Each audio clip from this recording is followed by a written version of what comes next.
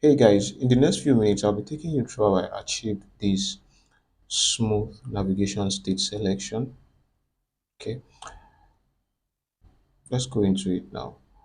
So, guys, this wouldn't be a build from the scratch, but then I'll be explaining everything, my setup, my workflow, and everything you need to know. Okay, so let's just get started.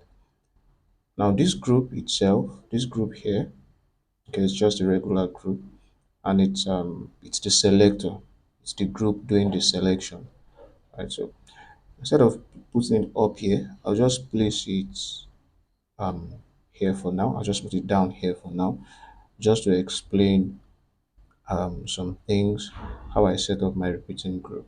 Okay, so here my repeating group, I just have a repeating group that is um, whose data source is just navigation, and this navigation is an option set. Right. Okay, just quickly show you that. Option sets, navigation, and I have them here. Okay, if you check my last video, you this should look really familiar, you know, and where I have my icon, my slug, and all. But this doesn't really concern this tutorial right now. If you want to see how I set up the icon and the slug, refer to my last tutorial or the video showing up here. Okay, so moving on, I have um, data option set and its navigation, and that's what I'm just passing into this repeating group here, right? So I have my icon on the left and I have the display on the right. Okay. Just to add it, I also have 20 pixels separator. Okay, the width of the separator is 20 pixels, but it's actually invisible. So I just set it there to give me an equal space between the navigation. All right. So within each repeating group, there is a group there. Okay. And that group is the one actually housing this text and the icon here. Right. And the height of that group is 44. Okay. And then it's fit to content. So 44 fits to content. Okay. And also remember I said I have separator which is 20. Okay, we are going to be using those calculations for this movement to get an exact movement. Okay, for this separator to fall on each sections, right, directly.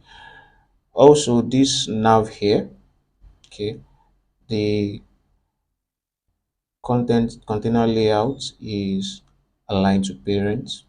Okay, you want to make it aligned to parent, not column. It's actually aligned to parent. And then this repeating group is just sticking to the top, right? So I'm just going to be putting this back here. I'm going to be placing it up. Okay, and note that it is at the back of the repeating group, right? It's at the back, so you might want to do send to back. Okay, I've done that already, but then send to back, so it's actually at the back. So how do I achieve the scrolling, the smooth selection? On the conditional tab, okay, I'm on the selector, this group, right? And I have a conditional for it. Okay. Now I'm getting data for my page URL, and what I'm doing actually is, let's quickly check run mode just for you guys to have a better context of what I'm doing. Now right now profile is selected. Now when profile is selected, item number 2 on the URL, okay, the second slug here is profile. Okay, same thing when message is selected, You get it, guys? Second one will be message. When settings is selected, the second slug will be settings. You get the gist, guys. So back to the conditional tab of this selector group. Okay, so we don't have to set anything for the first navigation option, okay, because it's already on it, right?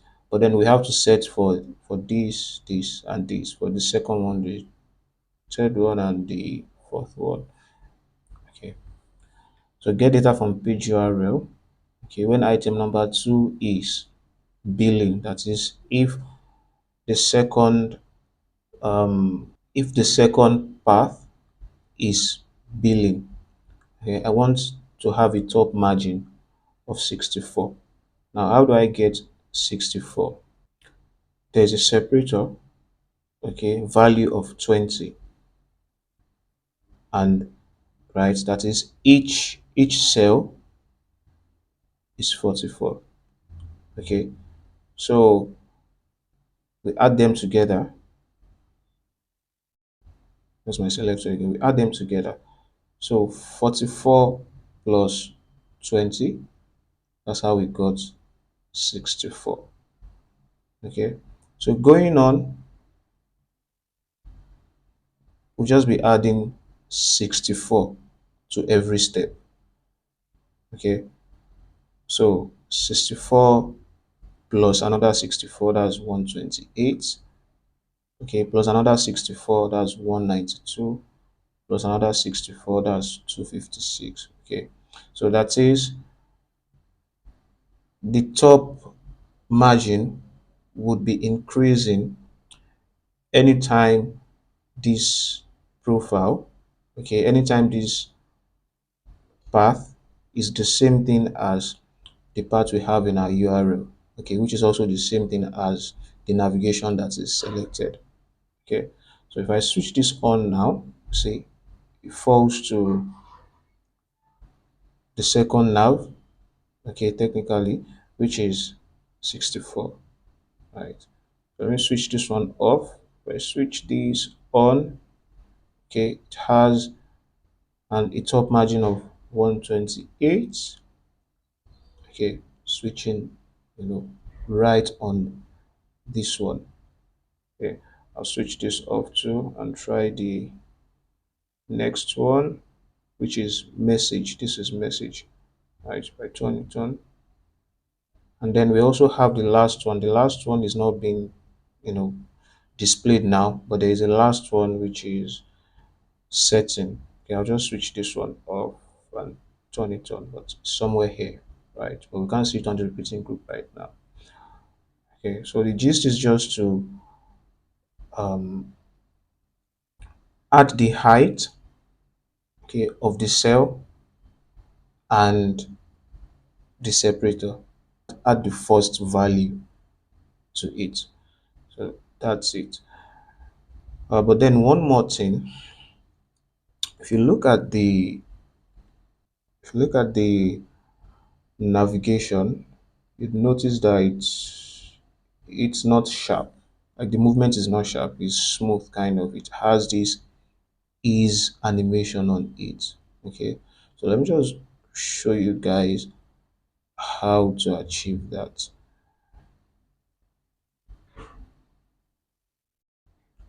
Okay, so since the attributes we are changing or we are manipulating is the top margin, okay, so on the appearance tab, just scroll down to transition.